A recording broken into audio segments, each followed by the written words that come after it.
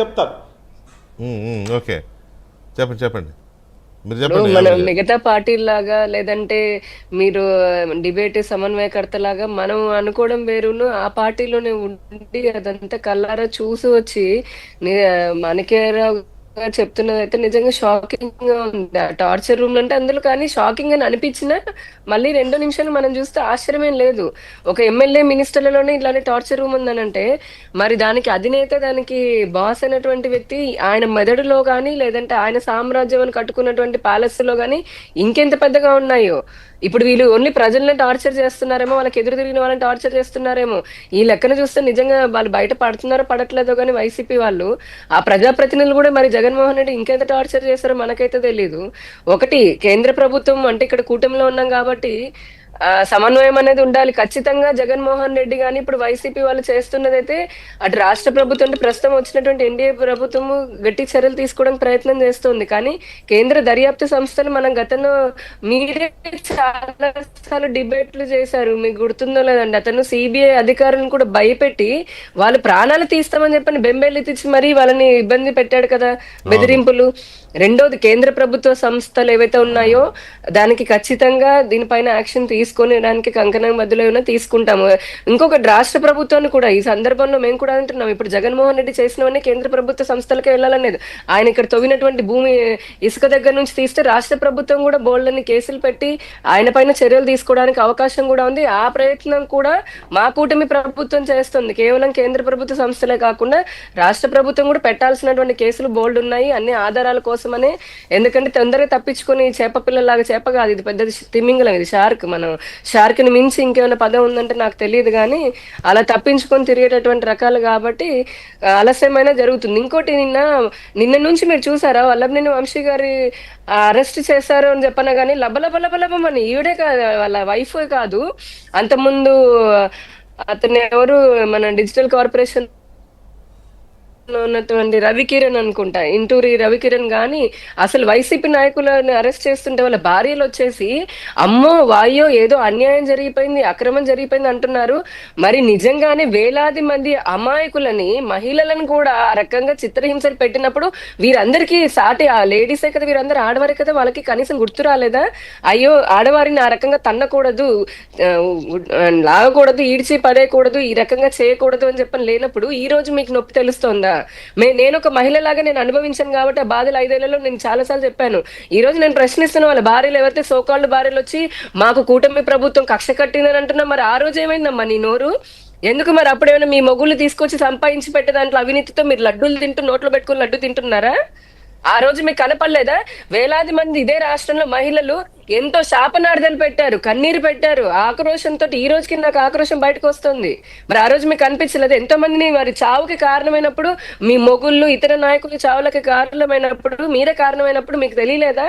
ఆ శాపాలన్నీ చుట్టుకుంటాయి, అవన్నీ మనకు తగులుతే ఏదో ఒక రోజు మన కుటుంబాలు కూడా ఇలానే రోడ్ల మీద పాలవుతారు, లేదంటే అరెస్టులు పాలవుతారని ఈ రోజు నీతులు చెప్తున్నారా మీడియాల ముందుకు వచ్చి? మా కూటమి ప్రభుత్వం అన్యాయం చేసింది. వంశీ గారి భార్య ఆవేదన పడుతుంది, లేకపోతే కంగారు పడుతుంది, లేకపోతే బాధపడుతుంది అంటే అర్థం చేసుకోవచ్చు. సరే, భర్తని ఎందుకు అర్థం చేసుకోవాలండి?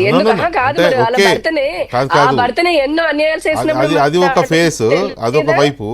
ఆమె అప్పుడు ఎందుకు మాట్లాడలేదు, ఇష్టం వచ్చినట్టు భువనేశ్వర్ గారిని కానీ లేదా వాళ్ళని వీళ్ళని తిట్టుతున్నప్పుడు కానీ ఆవిడ ఎందుకు మాట్లాడలేదు అనేది లేదు. ఆమె నేను ఒప్పుకుంటా, అప్పుడు ఆవిడ ఎందుకు అప్పుడు రియాక్ట్ అవ్వలేదు అనేది కరెక్టే. కానీ ఇప్పుడున్న ఈ సిచ్యువేషన్లో భర్తను తీసుకెళ్లారు, ఏం చేస్తారో, అప్పుడున్న పగలు ప్రతీకారాలు ఉన్నాయి కాబట్టి ఎట్లా ఆయన ట్రీట్ చేస్తారనే భయం. ఇది వైసీపీ పాలన కాదండి వెంకటకృష్ణ గారు, ఇది వైసీపీ పాలన కాదు. మేము కనుక అలాగా మా కూటమి ప్రభుత్వము కక్ష సాధింపు చర్యలు నిజంగా చేయాలని అనుకుంటే ఈ రోజు ఇందాక చెప్పినట్టుగా ఒక్కొక్కరు ఆల్ఫాబెట్ వైజ్ కూడా బయట ఉండేవాడు. వైసీపీ పాలన కాదు, అలా చెయ్యరు అని అంతవరకు కరెక్టే. అయినా కూడా ఒక భార్యగా ఆమె ఆవేదన చెందుతోంది లేదా భయపడుతోంది, పోనీ అంతవరకు కొంత అర్థం చేసుకోవచ్చు మనం. కానీ ఇప్పుడు మీరు చెప్పిన కొంతమంది సోషల్ మీడియాలో కానీ లేకపోతే ఇంకా వేరే వాళ్ళు తెగిదైపోతున్నారే, వాళ్ళు మాత్రం మీరు అన్నది కరెక్ట్గా యాప్ట్ అవుతుంది వాళ్ళకి. అదే ఎంత టార్చర్ పెట్టారండి సోషల్ మీడియా కానీ, లేదంటే ఇదే కొడాలి నాని లాంటి వాళ్ళు కానీ. ఆ కొడాలి నాని నోరు మీరు చూసారా? డ్రైనేజ్ అసలు అది. దానికంటే మాటలకి మనకి తలుచుకొని తలుచుకొని ఆవేశం వస్తుంది తప్పితే మన సంస్కారం ఉంది కాబట్టి అంత పదాలు మనం వాడలేము. మేమైతే వాడలేము ఖచ్చితంగా. కానీ అదొక డ్రైనేజీ. అసలు ఇంకా చాలా మంది కూడా ఇదే ఎంతమంది ఇప్పుడు చాలా వైసీపీ వాళ్ళు ఉన్నారు కదా, మరి వాళ్ళకి ఆ రోజు తెలియలేదా? ఇంత పడేసి వేల వేల మందిని అన్యాయంగా జైలు పాలు చేశారు కదండి నెలల తరబడి. వాళ్ళ కుటుంబాలు ఎంత ఘోషపడ్డాయి. వాళ్ళు చేసిన తప్పేంటి? ప్రభుత్వాన్ని ప్రశ్నించడమేనా వాళ్ళు చేసింది? మీరు ఇంకా అన్యాయం చేసి, అక్రమం చేసి, అన్ని హత్యలు చేసుకుంటూ, ఇన్ని అరాచకాలు చేసి, ఇంత దోపిడీ చేసి, ఇన్ని దొంగతనాలు చేసి, ఆఖరికి సాక్షులను కూడా ప్రభావితం చేసిందా చెప్తున్నారు కదా. ప్రైవేట్ పార్ట్స్ పైన కూడా అతన్ని కొట్టి ఈ రకంగా చేసినటువంటి ఇంత మీరే ఇలా బాధపడుతుంటే అన్యాయంగా రాష్ట్రం కోసమని ప్రశ్నించిన వాళ్ళు మరి వాళ్ళ కుటుంబాలు ఎంత ఘోషపడి ఉండాలి. అలా ఎట్ ద సేమ్ టైం ఏమో చెప్తున్నాం, తప్పు చేసిన వాడు శిక్ష పడాల్సిందే, వాళ్ళు తప్పించుకోవడానికి లేదు. ఎట్ ద సేమ్ టైం మళ్ళీ మళ్ళీ చెప్తున్నాం, కక్ష సాధింపు చర్యలు అనేది వీళ్ళు ఇప్పుడు భయపడుతూ ఆందోళన చెందాల్సిన అవసరం లేదు. చట్ట ప్రకారమే వాళ్ళకి కొత్త కొత్త రోగాలన్నీ, మరి మనం అనారోగ్యం గురించి అనకూడదు కాబట్టి మళ్ళీ అంటున్నాను, ఆ సంస్కారం ఉంది కాబట్టి.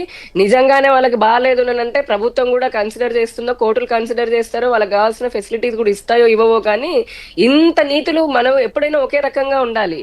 నీకు కలిగితేనే నొప్పి, నాకు కలిగితే నొప్పి కాదు. నువ్వు ఇష్టం వచ్చినట్టుగా కబ్జాలు చేసుకుంటూ, భూ కబ్జాలు చేసి, హత్యలు చేసి, ఈ రోజున కేసులు అనగానే కక్ష సాధింపు చర్యలు అంటే వినడానికి రాష్ట్రంలో ప్రజలు ఎవరు సిద్ధంగా లేరు. ఇంకొకటి, జగన్మోహన్ రెడ్డి గారు మనం ఎన్ని అనుకున్నా ఆయన ఏ మొహం పెట్టుకుని ఇప్పుడు వచ్చి ధర్నాలు చేస్తానంటాడండి సాగునీటి ప్రాజెక్టుల గురించి?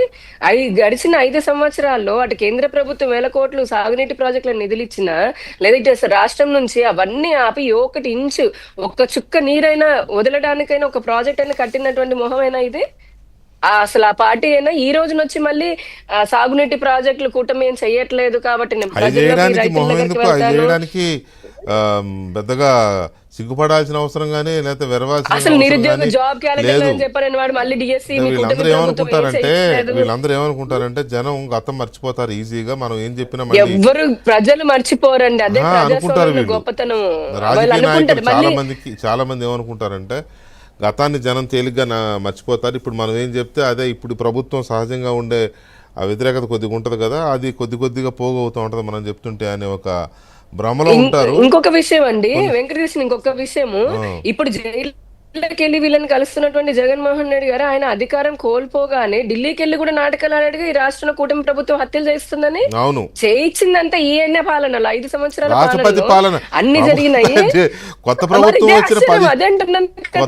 వచ్చిన 15 రోజులకే రాష్ట్రపతి పాలన పెట్టాలని పోయి ఢిల్లీలో కూర్చున్నాడు. దొంగ అని చెప్పని ఈ రోజు నీ దొంగల్ని వెళ్ళి ఇటువంటి చేసిన వాళ్ళందరూ నేరస్తులని జైలులో కలుస్తున్న ఈ వ్యక్తి న్యాయం కావాలి రాష్ట్రంలో, లా అండ్ ఆర్డర్ లేదని చెప్పని ఢిల్లీలో పోయి ధర్నాలు చేస్తానని చెప్పని నేను చేసిన నాటకాలు ప్రజలు మర్చిపోయారంటారా?